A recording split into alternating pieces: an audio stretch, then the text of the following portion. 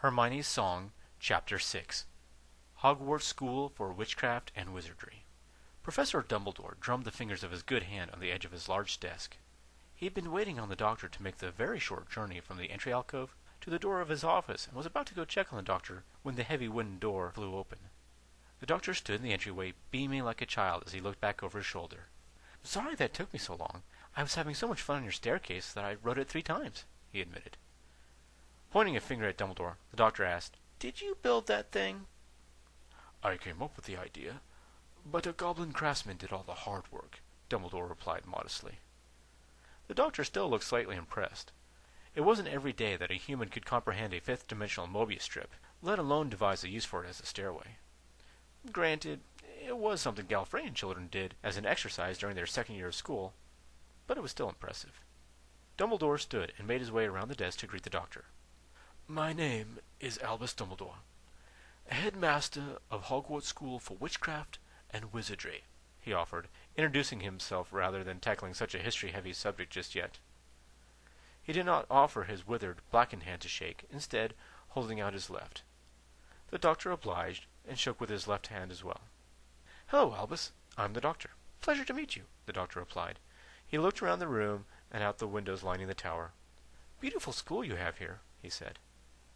Dumbledore gave the doctor a short bow. "Thank you, Doctor. I'm very glad you think so," he replied. He took in a deep breath, gathering his energy for what lay ahead. "Before we go any further, I need to make sure you are who you say you are," he said formally.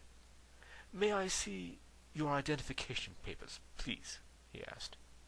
The doctor pulled out his psychic paper and presented it to the headmaster. "Covert Auror team member, codename the Doctor," he tried, doing his best to look official. In truth, the doctor had no idea how an Auror should act, or what they were, for that matter.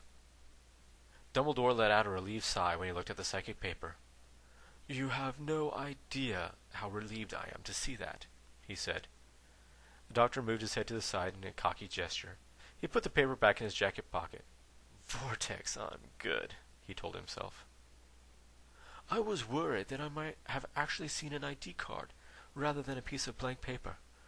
I guess I still have my vanities, I suppose," Dumbledore admitted. "Wait, what?" the doctor exclaimed. He pulled the psychic paper out and willed it to show him what the headmaster had seen. The paper stayed a blank white. "Look, I can explain things. I was minding my own business, having some ice cream when I met the young Tonks," he stammered. Dumbledore ignored the doctor's statement, going on like nothing was amiss. He walked over to where the sorting hat sat on a shelf, dusting off its delicate leather brim. "There is one other test I would like for you to perform to verify who you are," he said solemnly. After picking up the old battered hat, Dumbledore motioned for the doctor to sit in the chair facing the desk. He handed the hat to the doctor and went around the desk to take a seat. The doctor held it in his hands, turning it from side to side. "The hat is quite safe, I assure you, Doctor," Dumbledore said. "We use it to sort the first students into the 4 schoolhouses: Gryffindor, Hufflepuff, Ravenclaw, and Slytherin," he explained. "I am very interested in which house the hat thinks you would best fit in if you were a student here," he said. "I suppose it's just an old pointy hat. What could possibly happen?" the doctor asked, sitting down and placing it on his head. The instant he did, the hat came to life, speaking through a tear just above the brim. "Boo!" the sorting hat said, and then chuckled as the doctor flinched and tried to pull the hat off. No matter how hard the doctor tried, he was unable to pull off the hat. "Oh, great! A bloody moob! I should have known," the doctor swore. "Yes, you should have, old friend," the hat said inside of the doctor's mind. The doctor relaxed when the moob spoke to him rather than tried to take over his mind. "Oh, wait. From the looks of things in this mess you call memories, I guess we haven't met yet from your perspective. You time travelers, always making things so difficult," it said fondly. The doctor missed the use of the plural in speaking about time travelers. He relaxed even more when the hat said, "Don't worry, Doctor. I'm not like my brothers. I have no intention of taking over anybody, and I'm perfectly happy living off the residual energy the children leave me," it told him. "Now then, where would I have put you if you were one of the students?"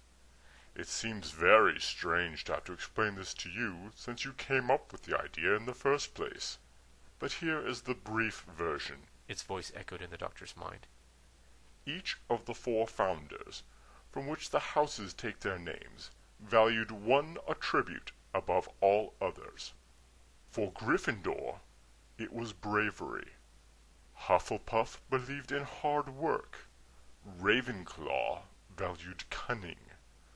And Slytherin thought that ambition was the key to happiness, It explained.